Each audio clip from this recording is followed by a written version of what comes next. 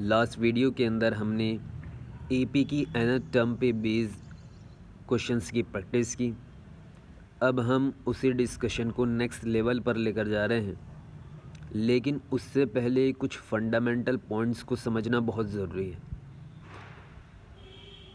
तो उसमें पहला फंडामेंटल पॉइंट ये है, आपसे पूछा जाता है नेचुरल नंबर्स के बारे में। तो नेचुरल नंबर्स काउंटिंग नंबर्स को कहते हैं बेसिकली। अगर आपसे पूछा जाए नेचुरल नंबर्स फ्रॉम 1 to 100, तो उसमें हम 1 से लेकर 100 तक नंबर्स को कंसिडर करते हैं। जब ये वर्ड आता है फ्रॉम, तो उसका मतलब ये होता है जहाँ से नंबर को शुरू करना है उस नंबर को भी कंसिडर करना है, और जहाँ तक नंबर को कंसिडर करना है यानी बाउंड्री लाइन, एंड पॉइंट, तो उस एंड पॉइंट को भी कंसिडर करना है। अब इसी बात को एक और तरीक़े से कहा जाता है, जो कि ऐसा समझा जाता है कि ये दोनों बातें एक ही हैं। नेचुरल नंबर्स बिटवीन 1 to 100, इन दोनों बातों को एक ही समझा जाता है, हालांकि ये दोनों अलग अलग बातें हैं। जब आपसे बोला जाए नेचुरल नंबर्स बिटवीन 1 to 100, तो 1 से स्टार्ट करके 100 तक तो पहुंचते हैं, लेकिन एंड पॉइंट्स को कंसिडर नहीं करते, यानी कि 1 को और 100 को एक्सक्लूड करते हैं। उसके आगे से नंबर को कंसिडर करते हैं, तो हमारा सीक्वेंस बनता है 2, 3 and so on up to 99।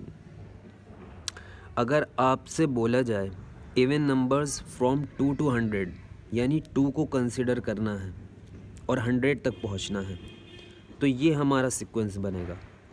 अगर आपसे बोला जाए इवन नंबर्स बिटवीन 2 to 100, तो आपको 2 को एक्सक्लूड करना है और 100 को भी एक्सक्लूड करना है। उसके आगे से जो भी इवन नंबर होंगे उनको कंसिडर करना है। तो 2 के आगे 3 जो है वो ऑड नंबर है, तो उसको कंसिडर नहीं करना। उसके आगे जो नंबर है 4, वो इवन नंबर है, तो उसको इंक्लूड करना है।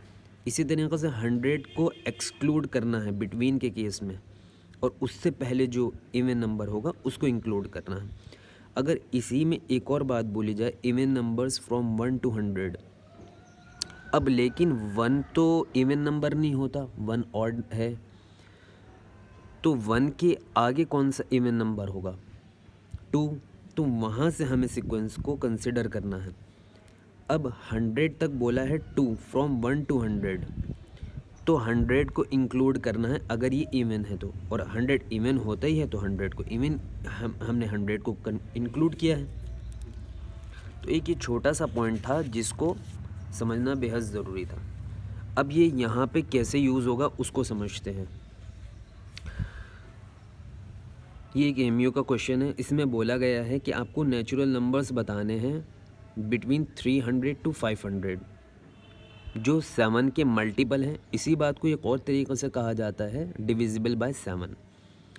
तो इस टाइप के क्वेश्चंस होते हैं, तो उसके अंदर आपको पहले 2 बात का ध्यान रखना है। सबसे पहले आपको रेंज को फिक्स करना है और फिर रिक्वायर्ड सीक्वेंस को पता करना है। रेंज को फिक्स करना कैसे है, जैसे अभी हमने पीछे समझा। तो पहले वही चीज़ देखते हैं। जैसे यहाँ पे आपसे बोला गया है बिटवीन 300 to 500, लेकिन नेचुरल नंबर्स की बात हो रही है, तो 300 को हमें कंसिडर नहीं करना और 500 को कंसिडर नहीं करना, 300 से आगे जाना है हमें।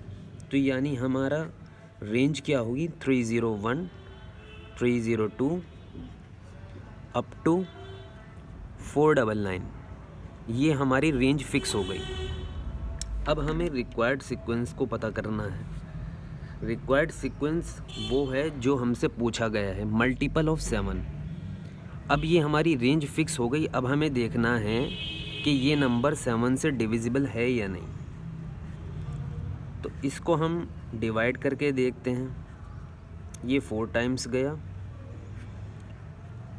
ये 3 टाइम्स हो गया, तो ये नंबर हमारा 7 से डिविजिबल है। तो हमें अपने रिक्वायर्ड सीक्वेंस का जो हमारा सेकंड स्टेप था उसका फर्स्ट टर्म मिल गई। अब आगे की टर्म लिखने की ज़रूरत नहीं है, लेकिन लास्ट टर्म ज़रूर पता करनी है। अब हम 499 को चेक करेंगे, क्योंकि ये हमारे रेंज की लास्ट टर्म है। अब हमें ये चेक करना है ये 7 से डिविजिबल है या नहीं। ये 7 टाइम्स गया और ये 9, ये 1 टाइम जाएगा, तो यहाँ से आया 2। अब 499 में को 7 का मल्टीपल बनाने के 2 रास्ते हैं। या तो उसमें से 2 को सब्ट्रैक्ट करा जाए 499 में से, या उसके अंदर 5 को ऐड किया जाए। अगर हम 499 में 5 ऐड करते हैं तो हम रेंज से आगे चले जाएंगे, क्योंकि रेंज हमारी 499 तक है।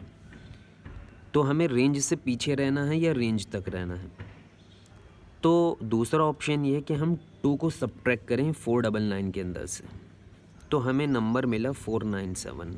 तो ये हमारा रिक्वायर्ड सीक्वेंस हमें मिल गया 301 डैश डैश डैश 497।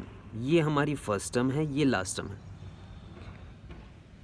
अब हमें ये पता करना है सीक्वेंस, ये वो सीक्वेंस है 301 से लेके 497 तक जिसके अंदर सारे नंबर्स 7 के मल्टीपल हैं या 7 से डिविजिबल हैं।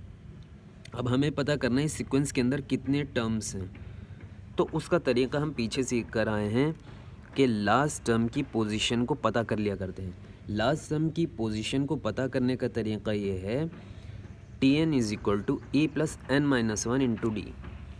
तो Tn क्या है यहाँ पे 497। बार बार फार्मूला लिखने की ज़रूरत नहीं है, क्योंकि आप कॉम्पिटिटिव एग्ज़ाम दे रहे हैं, आपको फार्मूला माइंड में होना चाहिए, उसको डायरेक्टली अप्लाई करना है। पीछे हम अप्लाई करना सीख रहे थे इसलिए उसको बार बार लिख रहे थे। तो Tn हमारा है 497, E हमारा है 301 प्लस n माइनस 1, क्योंकि n हमें निकालना है। D हमारा 7 है, D निकालने की ज़रूरत नहीं है क्योंकि हम 7 के मल्टीपल को ही देख रहे हैं। और इसकी टर्म सेकंड टर्म 308 होगी, वो लिखने की ज़रूरत नहीं है। अब इसको हम इधर ले जाएंगे और सब्ट्रैक्ट कर लेंगे। 497 minus 301 is equal to n minus 1 into 7। यहाँ पे जो हम n माइनस 1 के साथ टर्म लिखेंगे उसको कभी भी अंदर मल्टीप्लाई नहीं करना है।